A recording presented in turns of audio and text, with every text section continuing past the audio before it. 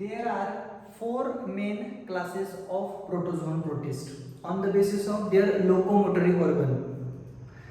If organism having flagella, they are classified into zooflagellates, or according to NCERT, it is flagellated protozoan. If organism having cilia as a locomotory organ, they are classified into ciliophora or ciliated protozoan. If organism having a pseudopodia as the locomotory organ, then organism classified into amoeboid protozoans, or also known as sarcodines or amoeboid protozoan. And if organism do not have any locomotory organ, they are classified into sporozoans. Each type are classified on the basis of their locomotory organs. Okay, so flagella, the organisms which having a flagella as a locomotory organ are known as zooflagellates or zoomastigophora, or according to NCERT it is a flagellated protozoans. And the examples we are going to study in too much detail, that is Trypanosoma gambians and Trypanosoma cruzi. Each of this type is a endoparasite and they having a diagenic life cycle. Then second one is cilia as a locomotory organ, and the example is Paramecium. Paramecium is a ciliated protozoan. Third one, the organism is having a pseudopodia as a locomotory organ, and the example is amoeba or entamoeba. You might have come across the organism Entamoeba histolytica, which is a positive agent for amoebic dysentery. And the last organism which do not have locomotory organ, that is sporozoan protist. And sporozoan, which the good example is Plasmodium, and Plasmodium causes malaria in the human beings. Plasmodium, there are four main species of Plasmodium: Plasmodium vivax, Plasmodium falciparum, Plasmodium ovale, and Plasmodium malariae. All the four forms causes malaria in human being. Now we are going to study each type in detail. So the first type is zooflagellates or zoomastigophora or flagellated protozoans. And the organisms we are going to study in this category is Trypanosoma gambians, Leishmania donovan. These are the two main organisms, and with these two we are also going to study Trichonympha, Giardia, which causes giardiasis, and the fifth organism we are going to study Trichomonas vaginalis. These are the five organisms we are going to study under this category, which is known as zooflagellates. They are having a flagella as a locomotory organ. They have either one or many flagella. It is not compulsory to all the organisms must have only one flagella. They have either one or many flagella. So one, two, many flagella. And the important thing about this category is the organisms are endoparasitic and pathogenic. All the organisms are endoparasitic and pathogenic. That is, they are disease causing. All the organisms included in this category are endoparasitic and pathogenic organisms. Also, they have only one mode of reproduction, that is asexual mode. They reproduce only by asexual mode of nutrition. It is reproduction, not nutrition. Asexual mode of reproduction. Only asexual mode of reproduction is seen in zooflagellates or flagellated protozoans, and the mode of nutrition is longitudinal binary fission. It is longitudinal binary fission. These are endoparasites. Keep in mind, these are endoparasites. When they enters into the human body, they definitely cause disease. So they survive in the human body. So they are parasites. As they are survive inside the human body, they are endoparasites. So the first category, zooflagellates, having the characteristics like they have one to many flagella, they are endoparasite and pathogenic. Why they are said to be pathogenic? Because they causes disease. Disease causing. When any organism is disease causing, then we call them as a pathogenic. Term pathogen relates to, or it indicates that this organism causes disease. Okay, disease causing, hence known as pathogenic, and they have only asexual mode of reproduction, and the type is longitudinal binary fission. In this category, we are going to study 5 different organisms, and the first organism of this category is Trypanosoma gambians.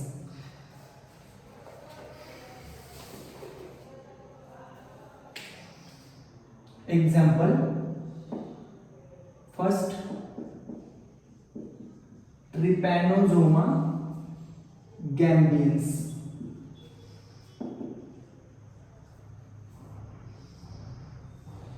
Trypanosoma gambians is a parasitic organism, and which is transfer from sese fly to the human being. So the sese fly act as a vector. So there are two hosts, sese fly and a human being. Such organisms who complete their life cycle in two different hosts are called as diagenic life cycle. Such life cycles are called as diagenic life cycle. Trypanosoma gambians is uniflagellated. It means that it having only one flagella. Uniflagellated endoparasite, and they show diagenic life cycle or digenetic life cycle. Digenetic life cycle. What do you mean by digenetic life cycle? Means such organisms completes their life cycle in two different hosts. दोन वेगवेगळ्या होस्टमध्ये ते राहतात आणि त्यांची पूर्ण life cycle complete होऊ शकते जर त्यांना दोन होस्ट मिळाले तर. Such organisms are called as such a life cycle is called as diagenetic life cycle.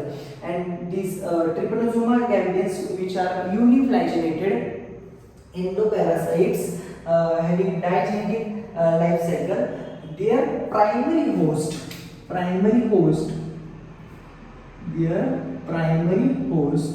is human being. Okay, their primary host is human, and their intermediate host,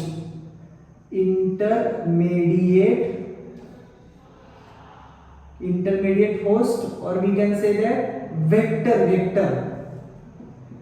like a malaria. Anopheles mosquito is the vector of malarial parasite, that is Plasmodium. Okay, primary host is human, and intermediate host or the vector is sese fly, and this sese fly is also known as Glossina pulpalis.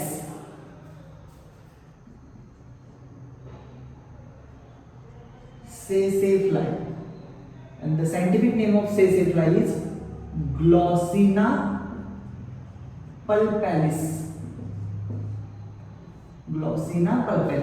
So this Trypanosoma gambians completes their life cycle in two different hosts. First host or primary host is a human being, and intermediate host or vector is a sese fly. Okay. The interesting thing about this organism, it is present in the saliva of sese fly. Okay, and when this sese fly bites to the human, this organism transfer into the human body. From the salivary gland of the tsetse fly, it transfers to the human blood. Through the blood, it travels and it goes to the lymph, and from the lymph it is transferred to the cerebrospinal fluid. So it is the movement or transport of the trypanosoma gambians inside the human body. Primarily it is present in its vector tsetse fly, salivary gland of the tsetse fly. Where it is present? It is present in the salivary gland of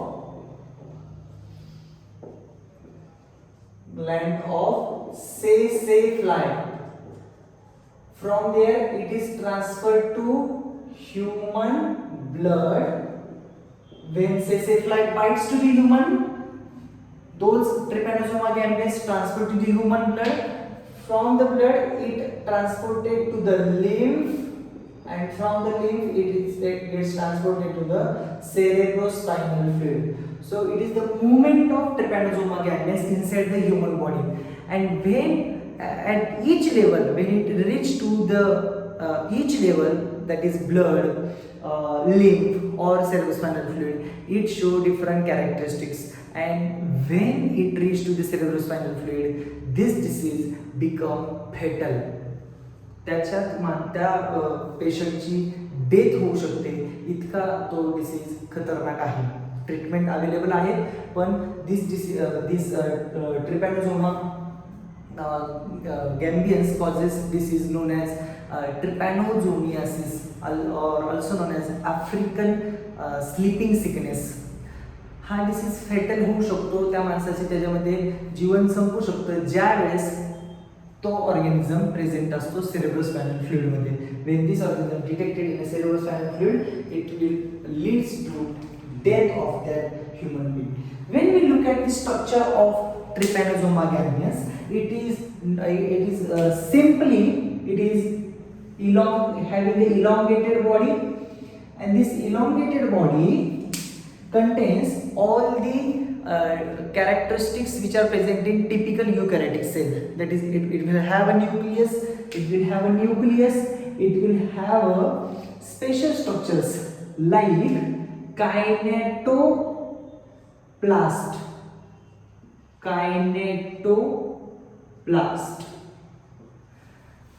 and it having a flagella. I already told you it is uniflagellated. Trypanosoma gambians is uniflagellated, so it having a flagella, and that flagella arises from special structure known as basal body.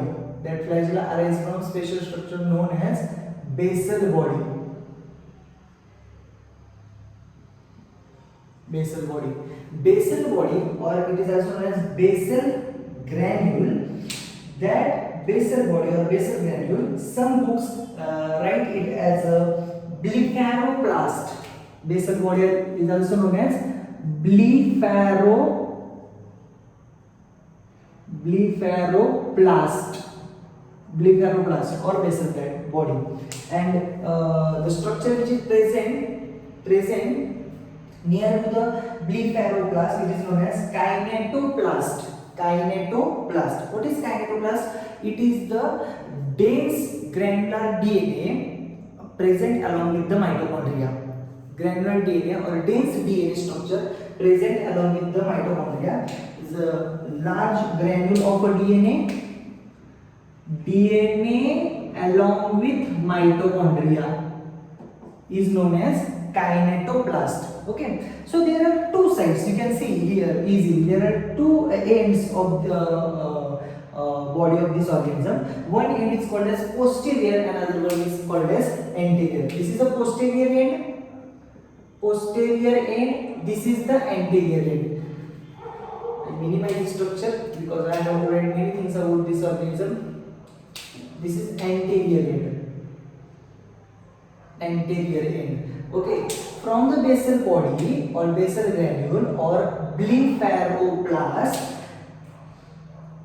flagella are arised, and those flagella will run along the length of the body but showing undulating undulating, that is wavy structure, undulating structure. You can see here flagella arise from the blepharoplast or basal body and they show undulating structure. This undulating flagella attached to the surface of trypanosoma by the membrane. This membrane is called as undulating membrane. Undulating membrane. Keep in mind, undulating membrane, which the flagella attached to the surface of the body of the trypanosoma by the membrane called as undulating membrane, and it helps in the undulating movement of this organism, wavy movement of this organism. And anterior side, at the anterior side, flagella gets free. It is not attached to the body. It is free. So this is free flagellum. Free flagellum. Okay, it having a nucleus. I already told you it having a nucleus, and the food material is stored inside the cytoplasm. They also having a special structures called as volutin granules. Volutin granules stores complex phosphates in the form of a complex. Okay, it stores phosphate. Okay, so these are the characteristic of organism Trypanosoma gambians. It at anterior end, at posterior end. So flagella arise from the posterior end, and you can see here some flagella is present inside the body of Trypanosoma. That structure is known as axonium. Okay, some part of the flagella present inside the cytoplasm of the Trypanosoma. It is known as axonium. Okay, and it causes disease. Name of the disease. What is the name of disease? Disease, that is African sleeping sickness. What is that? African sleeping sickness. This disease is not found in other parts of the world. Why it is not found in the other parts of the world? Because the sese fly is endemic to the African countries. तिथेच ते फक्त present असतात सेसे fly, आणि त्याचे vector जिथे असतील तिथेच ते ट्रिपॅनोसोमा प्रेझेंट असणार. सो सेसे fly it endemic to the African continent. African sleeping sickness. This is the disease caused by trypanosoma. And what are the symptoms of this disease? This disease show typical symptoms like high fever. Person will have a high fever. Then weakness. Then anemia. Decreased pulse rate. What is the normal pulse rate? That is, it is similar to the heart rate. जितना heart rate उतना ही pulse rate रहता है. सो pulse rate decrease हो जाता है patient का. Weight loss हो जाता है. Weight loss and very important thing, they cause enlargement of lymph, spleen and liver. Enlargement of spleen,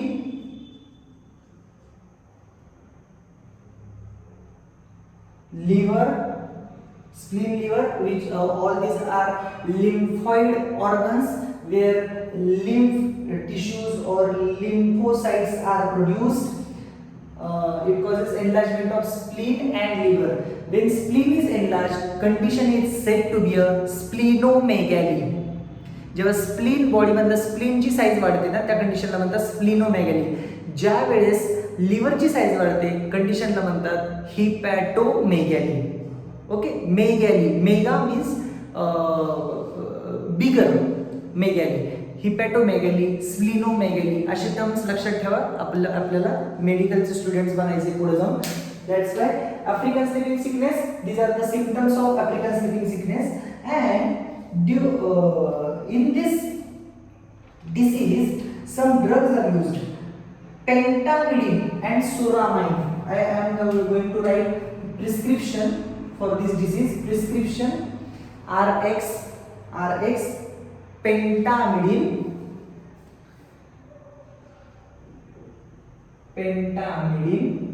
is the first drug of choice that kills Trypanosoma gambians.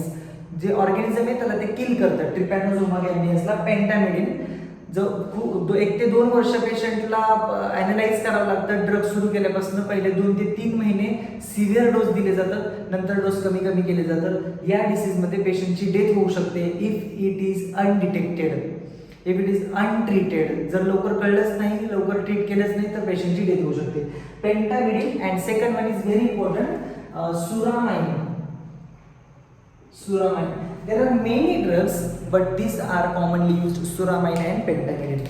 Okay, so this is all about the first organism, Trypanosoma gambians. There are 4 more organisms we are going to study in the title Zooflagellates. We will see all these organisms in next lecture. Thank you.